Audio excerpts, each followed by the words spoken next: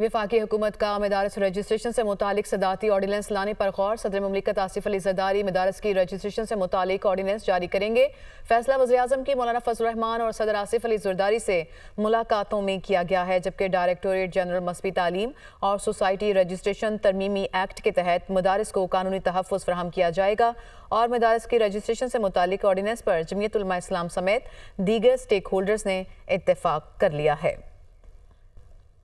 वफाकी हुकूमत का मदारस रजिस्ट्रेशन से मुतालिक सदाती ऑर्डिनेंस लाने पर गौर। सदर मुमलिकत आसिफ अली जरदारी मदारस की रजिस्ट्रेशन से मुतालिक ऑर्डिनेंस जारी करेंगे।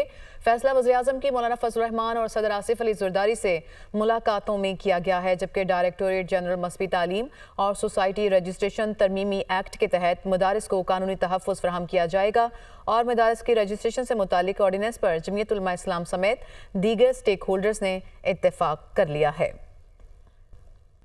वफाकी हुकूमत का मदारस रजिस्ट्रेशन से मुतालिक सदाती ऑर्डिनेंस लाने पर गौर। सदर मुमलिकत आसिफ अली जरदारी मदारस की रजिस्ट्रेशन से मुतालिक ऑर्डिनेंस जारी करेंगे।